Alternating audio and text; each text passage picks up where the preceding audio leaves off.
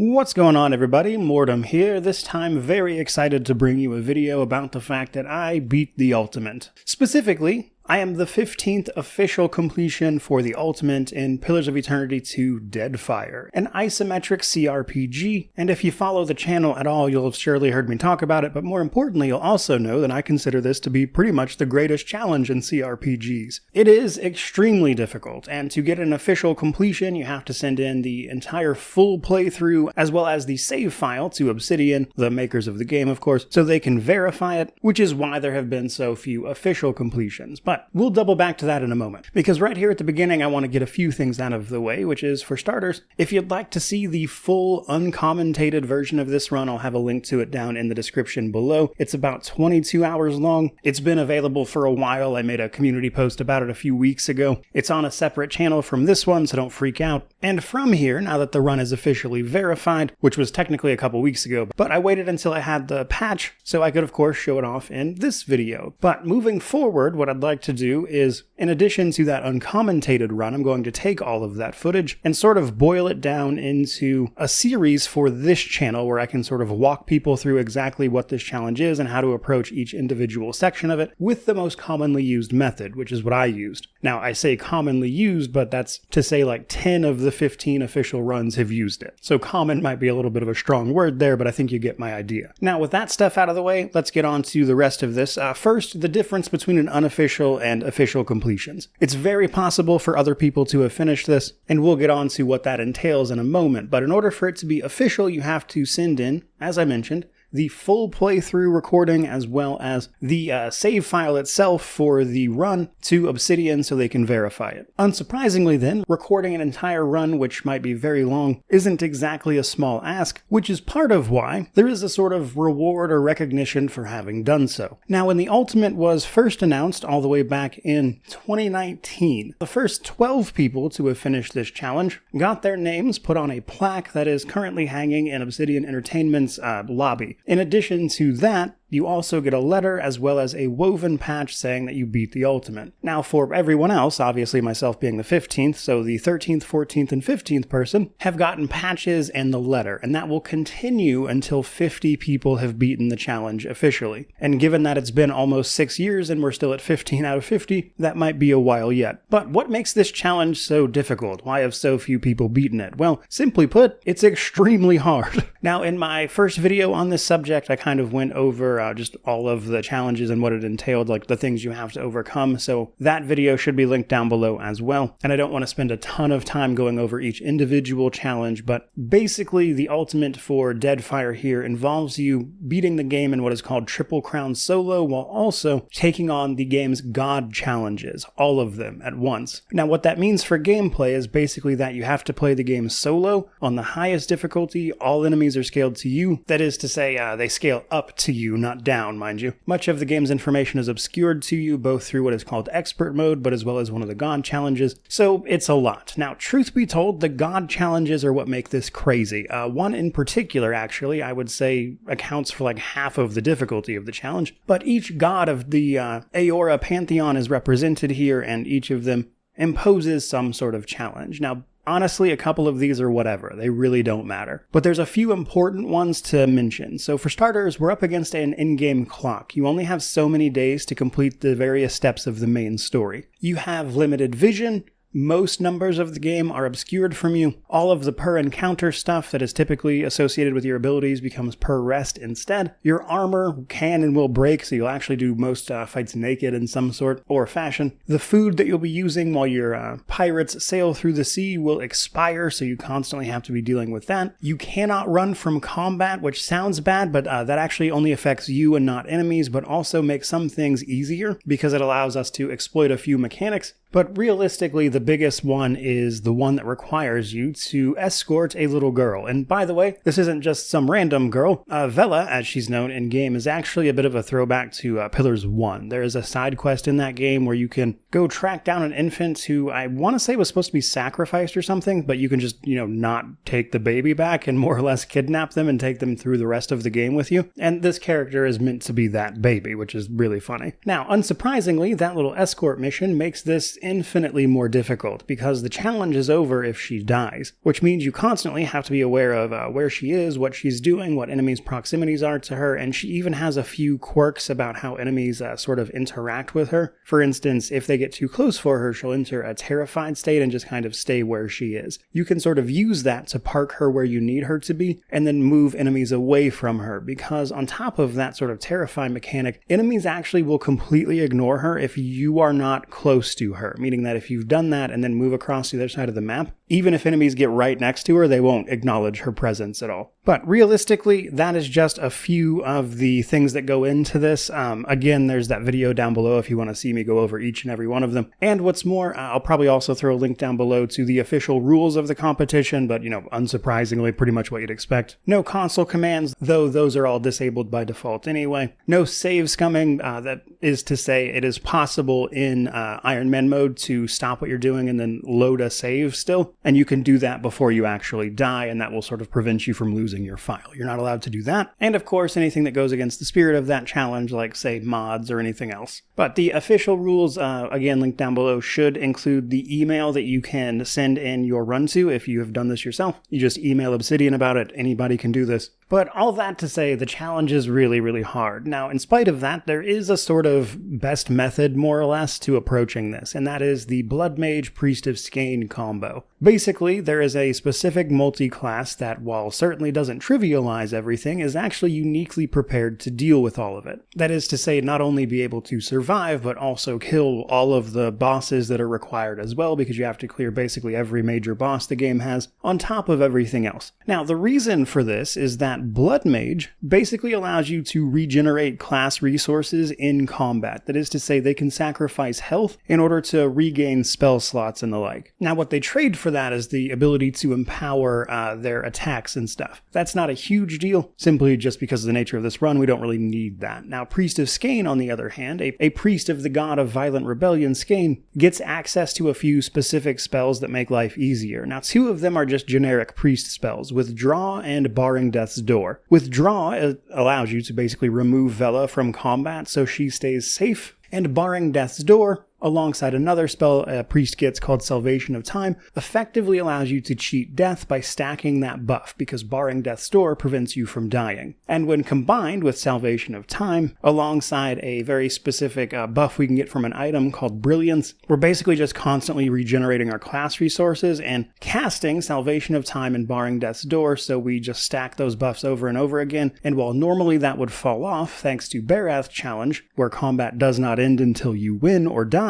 we're able to do that basically indefinitely, and some of those buffs don't even drop off out of combat, so you're able to carry them through fights. At least if you make it that far, because a lot of the challenge is actually, unsurprisingly then, the early game where you still need to level up and achieve a whole bunch of objectives by certain dates, which is not exactly easy, and thus from there I want to talk a little bit about the sort of highlights from this experience. That is to say, kind of walk people through the general route and the main things to know. Now again, I'm going to do a full commentated thing for the entire run, so this is going to be a little bit, shorter, obviously, by a lot, just to sort of talk about some of the big moments here. Now, unsurprisingly, probably, your most dangerous point is in the early game, so we're going to have to clear several sections just through stealth. We want to level up before we even attempt combat. Some of those stealth sections are a little tricky and require precise movements, and it's probably no surprise then that this is where you're probably going to die the most, because once you get leveled up and you have all of your buffs and stuff in place and you know how everything works, you're unlikely to die. At least, due to straight up combat if you are properly prepared. What's going to get you is if you're caught off guard when you have no way of defending yourself, or if you're too low level to do what we're going to wind up doing. So the early game basically is all about getting stuff together and gaining experience. So when we first wash up on the beach, we're going to go straight to that cave, disarm a bunch of traps, because traps give you XP when you disarm them. And you're going to see that throughout the entire run, basically, because we want to disarm as many as possible while we're in the process of leveling up. But once you clear that beach, you head straight off to Port Mage, or Mage, I forget. Pronunciation has never been my strong suit, guys. But we're only going there to basically get our next quest step, because the first part of the game, you only have like 5 days in game in order to knock it out. And we basically have to pick up that quest, or follow the main quest here, and go straight off to the Engwithan dig site. We're going to stealth our way through that dig site to clear out the first part of it. Now this involves a very tricky stealth section right at the beginning, and basically what we're going to do is utilize a Thieves' Putty, an item, to up our stealth, on top of just, increasing it when we level up, so we can get past this stealth section decently well. We're also going to be raising a bit of diplomacy while we're leveling up doing that, because once we're done at the dig site, you wind up going back to the harbor, but specifically a place called Goreki Street, which has a really difficult early encounter. But because of the way we enter that map, we're going to basically skip that fight and end it peacefully by taking the diplomatic option with their leader. And after that, you basically wrap up everything you need to do in Port Maj, specifically after all that's done, starting to pick up all of the food, which is going to set us up to get to sailing. So from here, we're going to sail to an island down in the bottom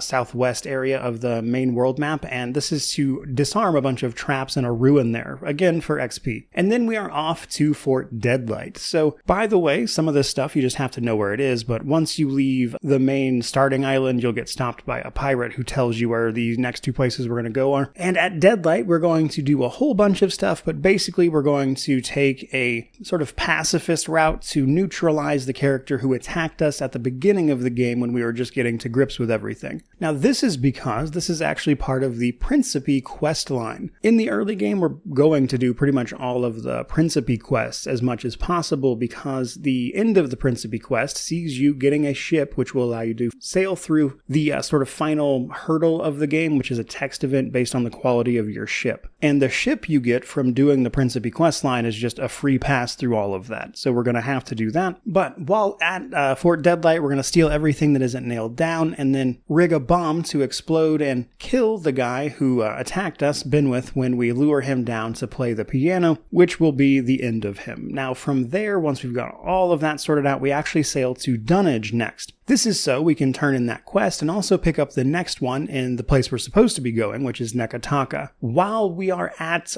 Dunnage, one thing you want to do is pick up a couple of buffs if you haven't already, because we're not going to be resting much, and we are going to be using the fact that we're not resting to carry forward a bunch of buffs throughout this process. I actually forgot to do this, which forced me to respec a couple times, which is something you can do. You just can't change your class or anything because it won't let you. But you can do that to sort of alternate the skills that are available to you. But there is a sort of Lady of the Night, let's say, that you can sleep with in Dunnage, which gives you a buff to, I think it's like +1 to all your skills, and that's going to help you pass a bunch of checks in Nekataka. Then we sail to Nekataka. Nekataka is very big. There's a lot of stuff to do here. I'm not going to cover it all, but basically we're going to try to take the pacifist route to do everything we can while also completing the Principe quests and pushing forward the main plot. Now this also involves what, in my opinion, is the trickiest stealth section of the game, and it is incredibly precise. I'll break this down when I'm doing the actual commentated series, but like every movement here has to basically be perfect. I struggled with this part a lot. There's basically zero room for error there. Outside of that, we're also going to get into our first fight before we leave Nekataka, but it'll be around level 11 that we actually do that, which is going to give us access to a few of our spells and stuff that we're going to need, such as Essential Phantom, to effectively kite and kill a boss for us, or a sort of mini boss, which is going to allow us to complete a quest just for the XP. But once all that prep work is done in Nekataka, we then sail off to the next part of the main quest, which is Hasango. Basically, we're supposed to go see what the giant statue of Aethys has been up to there after visiting Nekataka. Now, this is, again, a thing you can do entirely peacefully. So once you get to Hasango, we're basically going to sneak around Hasango, talk to who we need to talk to. There's a spirit there that we can then bring to the invading force, the Naga guys. And if we do that, we can potentially resolve that situation peacefully, which obviously we're going to do to avoid that fight, which will have completed the next part of the quest before you run out of time. After this, we take on a couple of bounties along the way to our next area, which is the next Principe quest, which sees us liberating a bunch of slaves at a place called Crook Spur. This is another thing we're basically going to do without fighting anybody at all, but specifically there are a few ways this quest can be completed, and we're going to free the slaves here so we can side with Captain Aeldis of the Principe later, because this is what she wants us to do. Now once that's done, what you can do is go exploring a little bit, stop in at a few other places on the world map to check in with vendors, but also to gain a little XP along the way. Now this is where I actually started running into problems, because throughout this run there's an item we need called Scordeo's Edge, which we get from siding with Captain Aeldis with the Principe. That blade has a buff that we really need for some later fights, or at least it trivializes them, in particular 2 world bosses. I did not wind up getting that because the enchantment, you actually need a tusk from a shop in order to make that work, in order to do the enchantment basically, and I never got that tusk, so I had to get a little inventive with a couple of the mega bosses, but I tend to call them world bosses, sorry, and those are probably the part of the run I'm most proud of, but this is your opportunity to go around and check vendors and stuff if you haven't got that, while also getting some items. But eventually we're going to make our way back to Nekataka after we make a quick trip to what is called Bakarna's Observatory to get a mandatory piece of equipment, as well as try to make contact with the Deck of Many Things, which is a sailing merchant ship that we need a specific item from, a pair of shoes that makes us immune to paralyze basically, which we're also going to need for a mega boss later. Again, not technically mandatory. If you just have some way of making yourself immune to paralyze, you'll be alright, but that's the easiest way by far. But once we get back to Nekataka and we turn all of that quests in, ideally you want to be level 16. Now, I missed that slightly somewhere. I missed a little bit of XP somewhere, I'm not exactly sure where, and as a result of that, I lost a lot of time both searching for that tusk I mentioned, but also having to go turn in a quest slightly differently because I missed the XP cap here somewhere. Now, the problem with that is that, again, we're against a timer. You have some wiggle room, but I was using a lot of it. But luckily, things went smoother from here. But realistically, if I had lost any more, I probably would have had to start over. But once we get back to Nekataka from doing all that, it's finally time to start killing bosses and engaging in combat, because we should be at level 16, have the items we need to basically start, tearing through bosses with our planned method. And 2 of them are in Nekataka. Starting with the giant grub we will have stealthed our way around while we were in Nekataka the first time. Now we're actually going to fight it, but in order to do that we've got to buff up. Basically, in order to actually engage in combat effectively with this sort of setup, having gone around, gotten all our items and everything, what we do in basically every one of these situations is find a way to start combat, which then, because of Barath's challenge, will not end. And in the first case here, we're going to set a trap, and often in many cases, and we're going to sort of use what are called spark crackers, which is a distraction from stealth, to get an enemy to walk over that trap, which will then trigger combat, which is then permanently in effect until everything enemy-wise that is in combat with you dies. Now, it's important to note, though, that if enemies cannot find you, they will return to their idle out of combat state. You will be stuck in combat, not them. But from there, we use some of the spells that we've acquired from leveling up all this time, specifically Wall of Fire and a bunch of offensive spells. But we're going to use Wall of Fire and the cloak we picked up from Bakarna's Observatory, which is going to have a 1% chance of proccing Brilliance. Brilliance is a intellect buff that can restore your class resources while it is active. You're probably going to set up your character AI to do this for you, but basically what we're going to do is use Wall of Fire on our own character, which is going to damage you. That damage has a 1% chance of proccing Brilliance. A full cast of Wall of Fire will hit you about 20 times, which means with 4 or 5 casts of Wall of Fire, you have a very, very good chance of actually getting Brilliance to proc, and that's basically what we're going to do to start every fight. And then, once Brilliance is procced, we're going to use our AI again probably, to immediately cast things like Barring Death's Door and Salvation of Time. Salvation of Time extends all of your current buffs by 10 seconds, including Brilliance. Brilliance is again restoring all of our spell slots as a blood mage and a priest, allowing us to continually cast Salvation of Time again, but also our other buffs like Barring Death's Door, which prevents us from dying, effectively making us immortal as long as we keep these buffs active. So basically, proccing Brilliance sets off a chain of different buffs that, because we're stuck in the combat state, we can stack on ourselves until we're ready to actually fight the thing we're about to fight. Now from there, typically what you want to do is drag enemies back to wherever Vela is in order to get her stuck in a terrified state in a spot that is safe. And then we can do all the fighting away from Vela. We're going to do that a lot. But it's also important to know that sometimes that's not possible, and what you do in those instances is instead cast Barring Death's Door on Vela as well, stay near her, and, proc Salvation of Time to make sure she is also unkillable. But that's kind of the gist of it. And then we use our main setup with all of our stats and everything, which I'll go over in the main actual series, but basically we're going to use all of our combat stats to then just unload on enemies, using all of our spells, which are constantly being restored by Brilliance, but also our own Blood Mage ability. So Blood Mages have the ability to inflict damage on themselves to regain our class resources as well. This is how we're going to make sure that we can constantly cast things like Wall of Fire over and over again to get our procs before Brilliance starts restoring them for us. So that's important to know as well. But you can also use that in combat as well if you need like a specific thing. You just got to watch your health the whole time, of course. You don't want to accidentally kill yourself on Wall of Fire as an example. And then you can use your priest spells to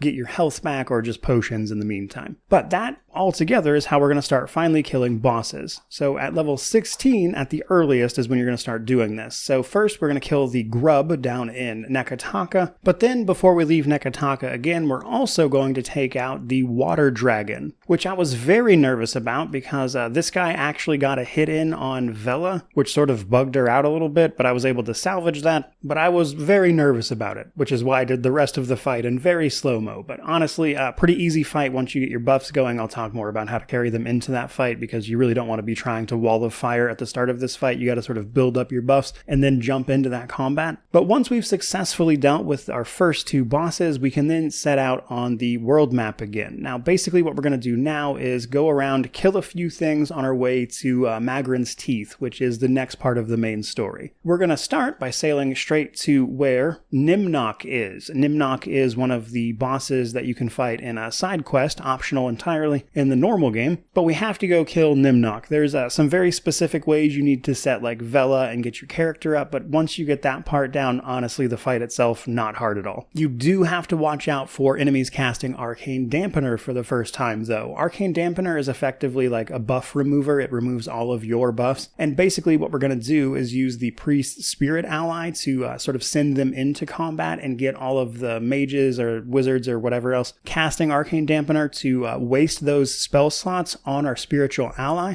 so that when we go to fight them, they don't have any casts of that left. And Nimnok is the first area where we're going to see not him, but his subordinates casting that. After Nimnok, we fight the first and easiest of the mega bosses, the giant crystalline spider. But this fight, honestly, not very hard. You do have to take a second to get buffed up, of course, and everything. But the thing is, her ability is all about paralyzing you. And if you have those shoes from the deck of many things, you're completely immune to that. So once you start fighting this spider, it won't be able to paralyze you, but you'll probably notice pretty quick that you don't seem to actually be able to hit this spider. My understanding of this, at least how I think this works, is that every time one of the little mini spiders die, it reduces the defense of the main big spider, so the more of the little spiders you kill, the easier it is to hit the main boss. So it can take a little while to sort of wear her down, but given that we're completely immune to death, basically pretty easy fight. But then we get to Magrin's Teeth, or the Ashen Maw, which is where we're going to have to fight the Fire Dragon alongside a bunch of tricky mobs. Now, the Fire Dragon fight is difficult because A, we do have to do it, but also because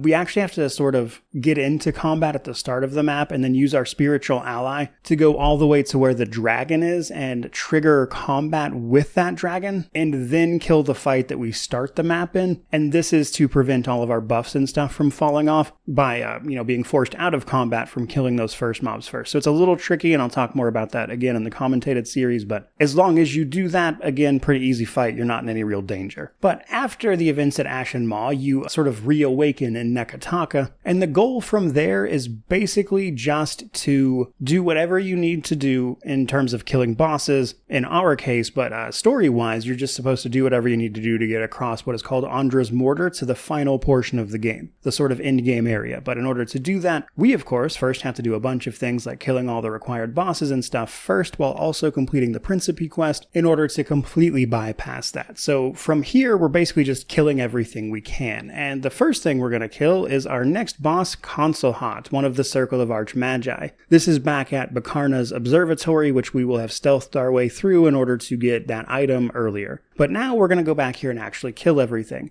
Again, watch out, some of these enemies will cast Arcane Dampener on you, which includes Consul Hot himself. But basically the gist is to clear out the entire observatory, make your way up to Consul Hot here, as he is one of the required people we have to kill. Now, he's a little tricky because Consul Hot himself will cast Arcane Dampener. So what you actually have to do is cast our big AoE, which we should have by now, which you get at, I think it's level 18, called Storm of Holy Fire. This is a giant sweeping AoE that will deal a ton of damage to basically everything it hits, including you, by the way. Friendly fire is still a thing. But basically what we're going to do, we're going to buff up and everything like normal, but we'll drop Storm of Holy Fire on Consul Hot and his group, and then we're going to cast Withdraw on ourselves. Now, we can't buff while that's active, so you got to make sure the buff already has enough time on it to last through Withdraw and sort of rebuff that every time Withdraw fades. But basically, because you withdraw, they're just going to sit there in that AoE and get destroyed.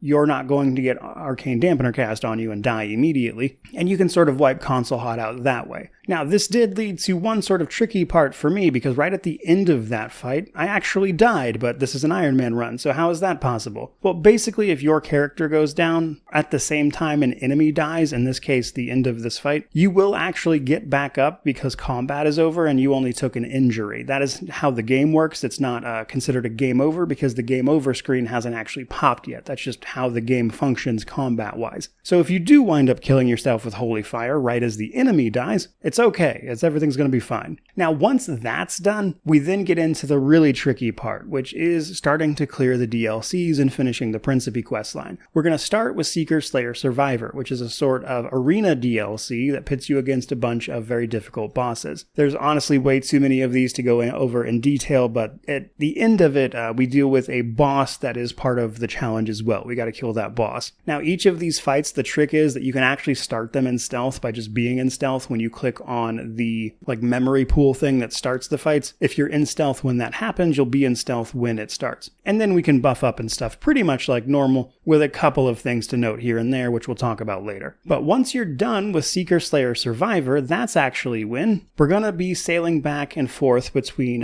Dunnage and Fort Deadlight to talk to Captain Aeldis, as well as Captain Ferrante, the leaders of the Principe, in order to wrap up everything that's left. We're basically going to be siding with Captain Aeldis by turning the Principe against Ferrante by finding proof of pretty much everything he's been up to. Now, while we're doing this sailing back and forth, you're ideally going to want to buff yourself up with a food item that we'll likely have done once already, but will have been cleared by Seeker Slayer Survivor. But it's really important you do it now, because it will make us immune to a bunch of afflictions, and we'll get the items for that while we're sailing back and forth. But by the end of this, we're basically going to be given the last Principe quest, which is to use all of the Principe quests we've already completed to summon the ghost ship that's been sailing around the Deadfire. If you have a high enough diplomacy, you'll be able to basically just swap the sword you'll have with you as part of this quest line to the sort of ghost pirate captain in exchange for the ship, while completely avoiding that fight altogether, which is important because you won't really be able to buff for it. That requires maxed out diplomacy, and what's more, that ship is also slower than the one we'll have upgraded to when we first went to Nekataka, which means that we don't want to do that until right before we're about to clear Andra's Mortar. But at this point, you should be all set and ready to do that. But then we got to clear a couple of mega bosses before making our way over to the second DLC. Now, the first up is the one I struggled with the most, and this is the Voracious Mountain. So when we were doing that back and forth with Ferrante and Aeldis will have given us Scordeo's Edge. Ideally, we'll have gotten a Tusk. We can enchant that with a Blade Cascade, and what Blade Cascade does is gives your character a buff that effectively removes recovery time, meaning that they basically have no cooldown to their attacks and they're just constantly attacking. We capture that with Salvation of Time and buff ourselves up in order to ideally beat the Voracious Mountain Mega Boss, which will split itself in two and constantly try to regenerate itself back together. Blade Cascade is going to allow us to effectively attack so fast and consistently interrupt that merge that fight becomes much easier. I did not get Blade Cascade because I did not get a Tusk in the shops, and so I wound up coming up with a way that is I think actually unique to this run of beating this enemy. Basically,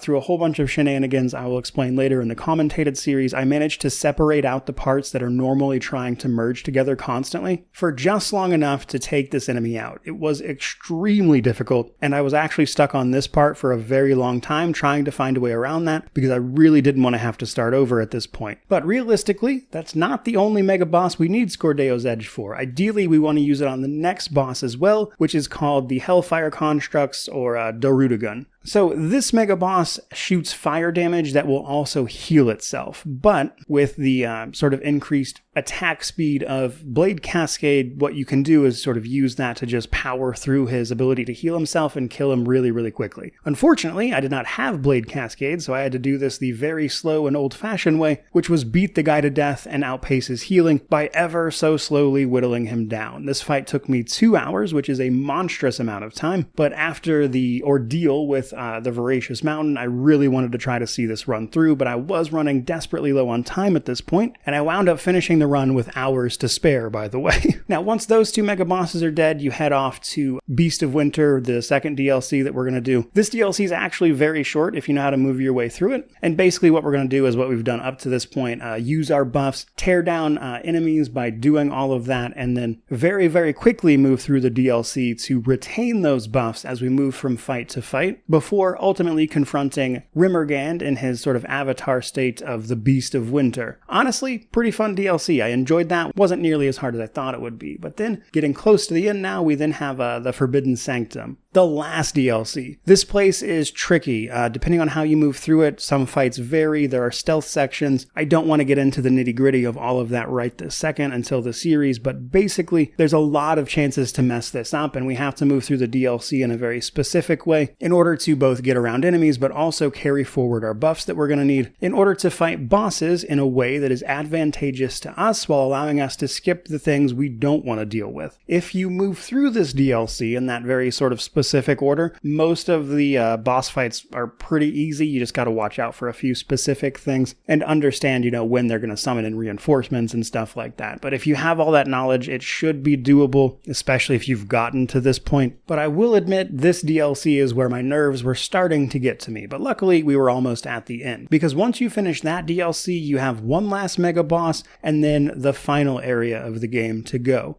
Specifically, we need to kill the Sigil Master, which is an annoying fight, but not as bad as you might think. Basically, this Sigil Master here is rooted to the middle of this fight. She will not move, she will not chase you. So you quickly deal with her 2 adds with Wall of Fire, which doesn't break stealth, by the way. But when triggering her sort of combat phase, she'll remove the shields on her sigils and will slowly take those out one at a time while being very careful to avoid the one that will debuff you entirely so you don't die. And once you've got all of her sigils taken out, you then just kill her while being very, very careful, sort of retreating as necessary so she doesn't hit you with like Arcane Dampener or anything. She is dangerous all the way through, to be clear, but if you do it right, shouldn't be too much of an issue. And then once she's dead, we can go till right before Andra's Mortar, interact with the ghost ship, which we'll summon by using an item in our inventory and making sure that we have at least 20 diplomacy by now in order to successfully swap our ship or our sword in our inventory plus our ship for the ghost ship, which will allow us to safely bypass Andra's Mortar before fighting the last 2 fights of the game, the Guardian of Ukaizo, as well as one last fight with what will almost certainly be Captain Aeldus. Now, the Guardian of Ukaizo fight is tricky. There are multiple stages to it. For starters, the Guardian itself can cast an ability at you that will sometimes randomly remove a debuff. You have to be very careful of that, but also at, I think it's 50%, it summons into Hierophants, which can charm you. When that happens, we want to pull back to stealth mode and kill those guys with Wall of Fire,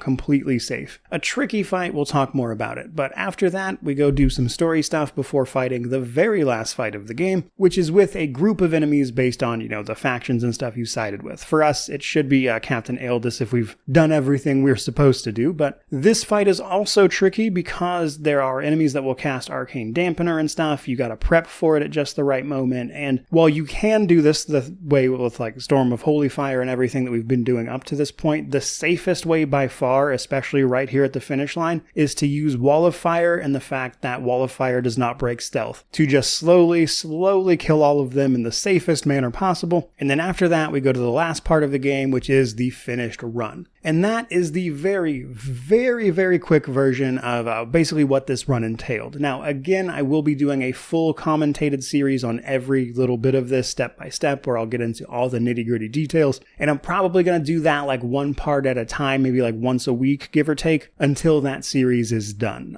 Truth be told, I don't know how many views that'll get or how well that series will do, but I think it's important, now that I've done this at least, to use some of my own ability here to basically give people a comprehensive guide of how to do this with what is by far the most common method of doing it. So hopefully I can help some people be the 16th through 50th completions. But as you can see just from this quick version, hopefully, that this was an immense amount of effort and research. A huge shout out to the people who have already done this. If you've used Blood Mage or Priest of Skain, chances are I've watched your playthrough in some form or fashion. And I think the people who did it without using either of those classes and sort of puzzling this out all on their own, as well as the first person to use Blood Mage, Priest of Skain, are just in another league entirely. But either way, it's been a huge deal to me. Something that I've always wanted to do was complete this challenge, and having done so with the official recognition means the world to me. So hopefully you found all of that interesting, and hopefully you're looking forward to that upcoming series where I break down like every little bit of this. But for today, I think that's pretty much going to do it. But regardless of any of that, truly, just thank you guys so much for watching. I really do appreciate it. May you wander in wisdom and have an amazing day.